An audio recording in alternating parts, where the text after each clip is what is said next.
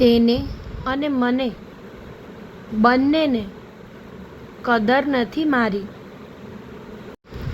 તેને અમારી માટે એક ક્ષણ પણ સમય નથી અને અમે તેને નામ દરેક શ્વાસ લઈએ છીએ.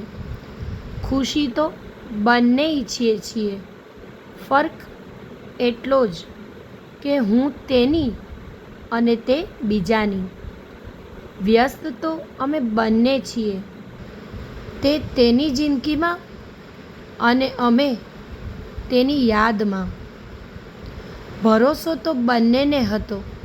તે પ્રેમ કરે છે તે મને અને હું મૂર્ખ છું તે તેને.